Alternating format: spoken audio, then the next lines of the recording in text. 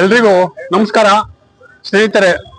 ಇವತ್ತು ನಿಧಿ ಆಪ್ಕೆ ನಿಕಟ್ ಕಾರ್ಯಕ್ರಮಕ್ಕೆ ಆಗಮಿಸಿರ್ತಕ್ಕಂಥ ತಮ್ಮೆಲ್ರಿಗೂ ಕೂಡ ಸ್ವಾಗತ ಬಯಸ್ತಾ ನನ್ನ ಎರಡು ಮಾತುಗಳನ್ನ ಪ್ರಾರಂಭ ಮಾಡ್ತಾ ಇದ್ದೀನಿ. ಇವತ್ತಿನ ಸಭೆಗೆ ಆಗಮಿಸಿರ್ತಕ್ಕಂಥ ನಮ್ಮ ಸಂಘದ ಖಜಾಂಚಿ ಶ್ರೀ ಧೂಳಪ್ಪನವರೇ, ಮನೋಹರ್ ಅವರೇ, ನಾಗರಾಜೂರವರೇ, ರುಕ್ಮೇಶ್ ರವರೇ ಹಾಗೂ ಕೃಷ್ಣಮೂರ್ತಿ ಅವರೇ, ಚಿಕ್ಕಬಳ್ಳಾಪುರ ಕೆಎಸ್ಆರ್ಟಿ ಟ್ರಸ್ಟ್ ನ ಅಧ್ಯಕ್ಷರಾದ ಶ್ರೀ ಬ್ರಹ್ಮಚಾರಿ ಅವರೇ, ಸೊಣ್ಣಪ್ಪನವರೇ, ನಾರಾಯಣರವರೇ ಮತ್ತು ಇನ್ನೂ ಹಲವಾರು ಸದಸ್ಯರೇ, ಶ್ರೀ ನಾರಾಯಣರಾವ್ ಸಿರ್ಸಿಯಿಂದ ಬಂದಿದ್ದಾರೆ, ಶ್ರೀ ಸಾಮಾಜಿಕ ಕಾರ್ಯಕರ್ತರಾದ ಶ್ರೀ ಚಂದ್ರೇಗೌಡರು ಬಂದಿದ್ದಾರೆ, ಅವರ ಇಬ್ಬರು ಸ್ನೇಹಿತರು ಕೂಡ ಬಂದಿದ್ದಾರೆ.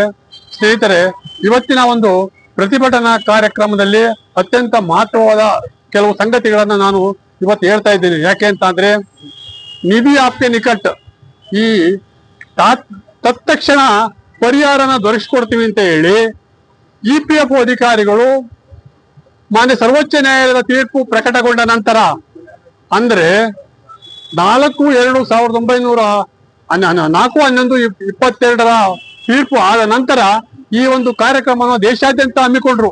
ಇವತ್ತು ಭಾರತದಾದ್ಯಂತ ಸುಮಾರು ಸಾವಿರಾರು ಕೇಂದ್ರಗಳಲ್ಲಿ ನಿಧಿ ಆಪ್ಕೆ ನಿಕಟ್ ಕಾರ್ಯಕ್ರಮ ನಡೀತಾ ಇದೆ. ಇದೆಲ್ಲ ಪತ್ರಿಕಾ ಜಾಹೀರಾತು ಕೊಟ್ಟಿದ್ದಾರೆ, ಮತ್ತೆ ಮಾಧ್ಯಮಗಳಲ್ಲಿ ಕೂಡ ಪ್ರಕಟಣೆ ಮಾಡಿದ್ದಾರೆ. ಈ ಒಂದು ನಿಧಿ ಆಪ್ಕೆ ನಿಕಟ್ ಕಾರ್ಯಕ್ರಮದಲ್ಲಿ ನಿಮ್ಮ ಕುಂದುಕೊರತೆಗಳನ್ನ ಬಗೆಹರಿಸ್ತೀವಿ, ನಿಮ್ಮ ಎಲ್ಲ ಸಮಸ್ಯೆಗಳನ್ನು ಬಗೆಹರಿಸ್ತೀವಿ ಅಂತಕ್ಕಂಥ ಮಾತನ್ನ ಹೇಳಿದರೆ, ನಾವು 43 ಮನವಿಗಳನ್ನ ಕೊಟ್ಟು 43ನೇ ಒಂದು ಪ್ರತಿಭಟನಾ ಕಾರ್ಯಕ್ರಮನ ಇವತ್ತು PF ಕಚೇರಿ ಮುಂದೆ ಹಮ್ಮಿಕೊಂಡಿದ್ದೇವೆ. ಈ ಎಲ್ಲಾ ಕಾರ್ಯಕ್ರಮಗಳನ್ನ ನಮ್ಮ BPN TV ವರದಿಗಾರರಾದ ಶ್ರೀ ನಟರಾಜ್ ಅವರು ವರದಿ ಮಾಡಿದ್ದಾರೆ. ಯಾಕೆ ಅಂತ ಅಂದ್ರೆ, ಕಳೆದ 7-8 ವರ್ಷಗಳಿಂದ ನಮ್ಮ ಎಲ್ಲಾ ಕಾರ್ಯಕ್ರಮಗಳನ್ನು BPN TV ನಲ್ಲಿ ಬಂದಿದೆ, ಮತ್ತೆ ಸಂಜಯ್ ಸಮಾಚಾರ ಪತ್ರಿಕೆಯಲ್ಲಿ ಶ್ರೀ ನಟರಾಜ್ ರವರು ಪ್ರತಿ ಮೀಟಿಂಗ್ಗೆ ತಪ್ಪದಲ್ಲೇ ಬಂದು ರೆಕಾರ್ಡ್ ಮಾಡಿ ನಮ್ಮ ಎಲ್ಲ ಸಂಕಷ್ಟಗಳ ಬಗ್ಗೆ ಭಾಗಿಯಾಗ್ತಾ ಇದ್ದಾರೆ. ಶ್ರೀ ನಟರಾಜ್ ರವರಿಗೆ ನಮ್ಮ ಸಂಘದ ವತಿಯಿಂದ ಒಂದು ಸ್ವಾಗತವನ್ನ ಬಯಸ್ತಾ ಇದ್ದೀನಿ.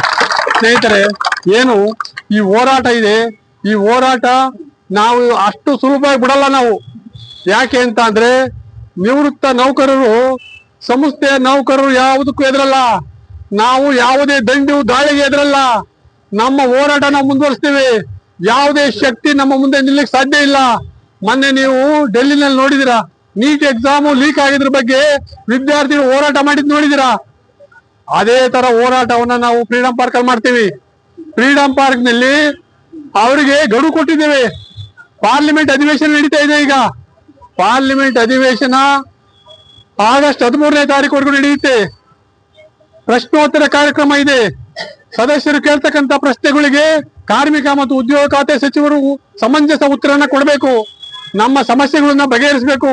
ಪಾರ್ಲಿಮೆಂಟ್ ನಲ್ಲಿ ನಿವೃತ್ತ ನೌಕರರ ಭಾವನೆ ಏನಿದೆ, ಅವರ ಸಂಕಷ್ಟಗಳು ಏನಿದೆ ಅನ್ನೋದ್ರ ಬಗ್ಗೆ ಸದಸ್ಯರ ಪ್ರಶ್ನೆಗೆ ಶ್ರೀಮತಿ ಶೋಭಾ ಕರಂದಾಜೆ ಮತ್ತು ಮುನ್ಸುಖ್ ಮಾಂಡೀಯ ಅವರು ಸಮಂಜಸವಾಗಿ ಉತ್ತರ ನೀಡಿ ನಮ್ಮ ಸಮಸ್ಯೆಗಳನ್ನ ಈ ಒಂದು ಪಾರ್ಲಿಮೆಂಟ್ ಅಧಿವೇಶನ ಮುಗಿಯುವ ಹೊತ್ತಿಗೆ ನಮ್ಮ ಬೇಡಿಕೆ ಈಡೇರಿಸಬೇಕು.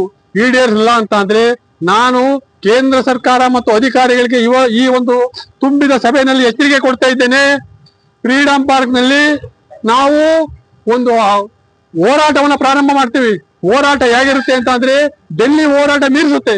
ಯಾಕೆ ಅಂತ ಅಂದ್ರೆ, ಸಂಸ್ಥೆಯ ನೌಕರರು ಸುಮಾರು 60,000 ಜನ ನೌಕರಿದ್ದೀವಿ ನಾವು. KSRTC ನೌಕರರು ರಾಜ್ಯಾದ್ಯಂತ 60,000 ಜನ ಇದ್ದೀವಿ. ಬೆಂಗಳೂರು ಒಂದರಲ್ಲಿ 32,000 ಜನ KSRTC ನಿವೃತ್ತ ನೌಕರರಿದ್ದಾರೆ. ಈ ಎಲ್ಲ ನೌಕರರು ಜೊತೆಗೆ ಕಾರ್ಖಾನೆ ಕಂಪನಿಗಳು ಮತ್ತೆ ಸರ್ಕಾರಿ ಸ್ವಾಮ್ಯದ ಕಂಪನಿಗಳಿಂದ ಜನ ಆಗಮಿಸಿದ್ರೆ ಸಾವಿರಾರು ಜನ ನಾವು ಹೋರಾಟನ ಫ್ರೀಡಂ ಪಾರ್ಕ್ ನಲ್ಲಿ ಶುರು ಮಾಡಿದ್ರೆ ಅಧಿಕಾರಿಗಳು ಬರಬೇಕು, ಮಿನಿಸ್ಟ್ರು ಬರಬೇಕು. ಆ ತರ ನಾವು ಮಾಡ್ತೀವಿ. ಆ ಒಂದು ಶಕ್ತಿ ನಮ್ಗಿದೆ. ಇವತ್ತಿನ ಒಂದು ಶಕ್ತಿನೇ ನೋಡಿದ್ರೆ ಗೊತ್ತಾಗುತ್ತೆ ಸ್ನೇಹಿತರೆ. ಸುಮಾರು ಒಂದು 400, 500, 800 ಜನ ಬಂದಿದ್ದೀರಾ. ಈ ಒಂದು ಏನು ವರದಿ ಇದೆ, ಈ ವರದಿ ಮಾಧ್ಯಮಗಳಲ್ಲಿ ರಿಪೋರ್ಟ್ ಆಗುತ್ತೆ.